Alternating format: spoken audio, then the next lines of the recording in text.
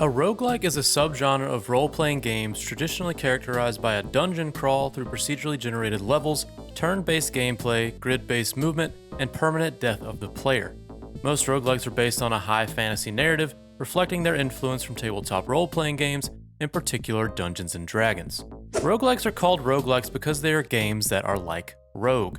Rogue, originally known as Rogue Exploring the Dungeons of Doom, is a dungeon-crawling video game created by Michael Toy and Glenn Wickman in 1980. In Rogue, players control a character as they explore several levels of a dungeon, seeking the amulet of Yendor located in the dungeon's lowest level. The player must fend off an array of monsters that roam the dungeon, and along the way, players can collect treasures that can help them, such as weapons, armor, potions, or other magical items. It be like, ye find yeself in yon dungeon.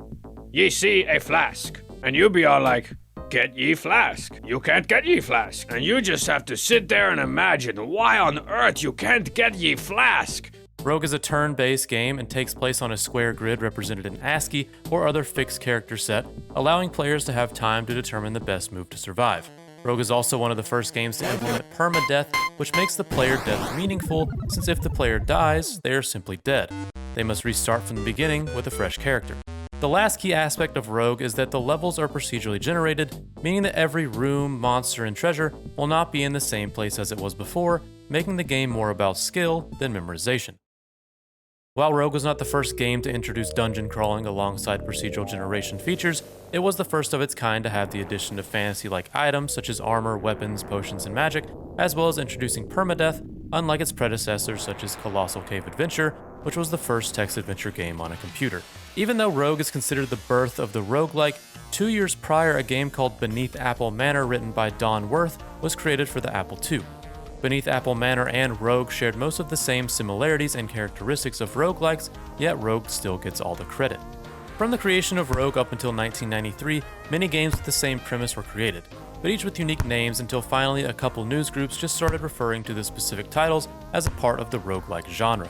Developers then started to use the term to describe their new title, and since this term was unofficial, several groups joined together and suggested that the most popular titles of the genre, such as Rogue, Hack, and Moria, should create an umbrella term to facilitate cross-game discussion, as well as new games to join the pack. Debate amongst the groups ensued, but after almost 3 weeks of discussion, based on the oldest of the bunch, as well as it already being established amongst the community, the term roguelike was here to stay.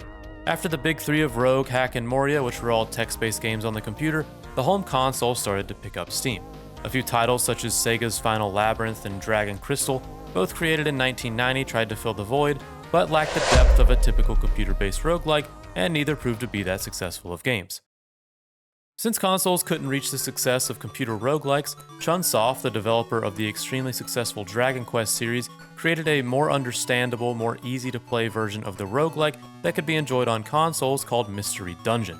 The very first Mystery Dungeon was based on the Dragon Quest series and had few distinct differences from roguelikes. The difficulty was toned down a bit, and permadeath was now an option. Mystery Dungeon was also quite successful due to the fact that Dragon Quest was already an established series, and the transition over to the roguelike style game was a bit easier due to the familiarity of the characters. And while Mystery Dungeon did not sell as well as the mainline Dragon Quest games, it did well enough to earn itself a sequel, as well as setting their mark as the founder of the Mystery Dungeon subgenre, later going on to create over 25 other titles, including the massively popular Pokemon Mystery Dungeon series based off of Pokemon. Though new classical roguelike variants would continue to be developed within the Western market, the genre lost interest as more advanced personal computers capable of improved graphics and games that utilize these features became popular. However, some of these new graphical games drew heavy influence from roguelike concepts, notably the action role-playing game Diablo created by Blizzard Entertainment, which was released in 1996. Diablo is not played on a grid and does not have permadeath, but the nature of randomly generated dungeons as well as having loot was inspired directly from Rogue and its counterparts. But as games started moving farther and farther away from Rogue, at what point are they no longer considered roguelike? In 2008, at the International Roguelike Development Conference, the definition of roguelike was created, called the Berlin Interpretation, which states, roguelike refers to a genre, not merely a game that is like Rogue, but it is represented by its canon. The canon for roguelikes is ADOM, ANGBAND, Crawl, NETHACK, and Rogue. There are 13 factors of a roguelike, and they can be used to determine how roguelike a game is. Missing some of these 13 factors does not mean a game is not a roguelike, and containing some of these characters does not mean the game is roguelike. The purpose of the definition is for the roguelike community to better understand what the community is studying, not to place constraints on developers or games. The 13 factors are split into high value factors as well as low. The 9 high value factors are: the game world is randomly generated in a way that increases replayability. The game contains permadeath, meaning that once you die, you restart from the beginning. The game is turn-based and not time-sensitive. The world is represented by a uniform grid of tiles. Movement is non-modal, meaning movement, battle, and actions can take place in the same mode. The game has enough complexity to allow several solutions to common goals. Resources are limited and must be managed. The game is player versus world, meaning player versus monster. The game requires careful exploration of the dungeon levels and discovery of the usage of unidentified items. The 4 low-value factors are: the player controls a single character. Monsters are similar to players. They contain inventories, equipment, have items, etc. You have to learn the tactics before making progress. Every attempt you get closer to winning. Roguelikes contain dungeons such as levels composed of rooms and corridors. These are the 13 factors that determine the roguelikeness of a game. And since these rules were created, new traditional roguelikes were still being created, but as the definition states, missing some of these factors does not mean a game is not a roguelike. Around the time the Berlin interpretation was created and traditional roguelikes were losing popularity, independent developers created a new subgenre called the roguelite. This new subgenre of roguelike would take the traditional elements of roguelikes and combine them with other genres not normally associated with roguelikes. 2 of the earliest examples of the roguelite were Strange Adventures in 2002 and its sequel Weird World: Return to Infinite Space in 2005, which were both space exploration games that included randomly generated planets and encounters and permadeath.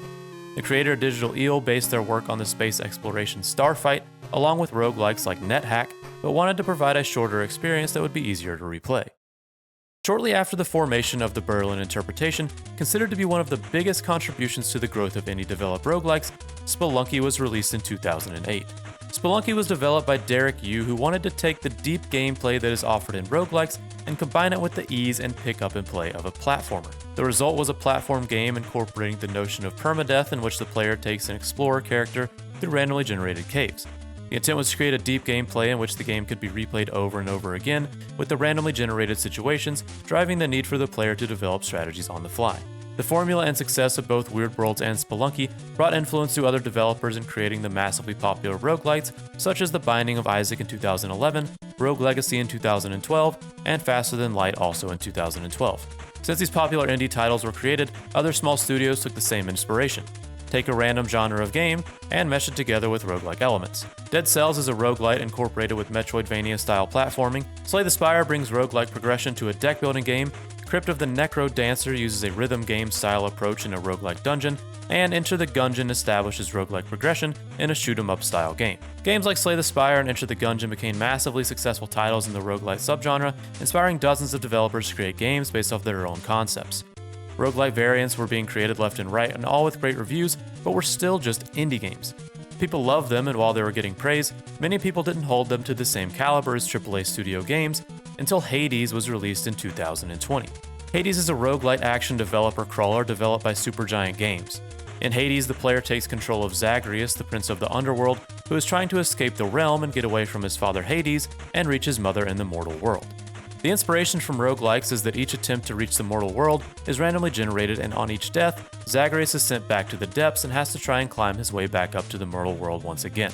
Hades, just like some of its roguelike predecessors, got a ton of praise and great reviews, only this time, Hades was the most decorated game of the year, beating out games like Half-Life Alyx, Ghost of Tsushima, and The Last of Us Part 2, and for being an indie game, this was a huge deal, which leads us to the present day.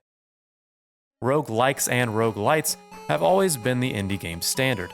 With a small spotlight from games like Pokemon Mystery Dungeon in the early 2000s by Chunsoft, to then games like Slay the Spire and Risk of Rain 2, developers have proved that roguelikes are popular and they're here to stay.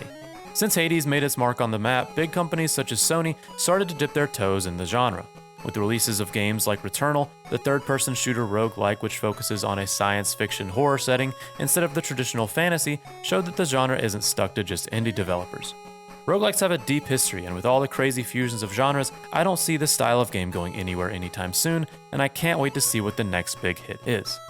This has been the entire history of roguelikes as well as roguelites. There's a huge history of the genre, and sadly I couldn't cover every game that falls into the category, but let me know what your favorite roguelike is, and if you like this style of video, like the video, and let me know what genre of game you want to learn about next. Thanks for watching!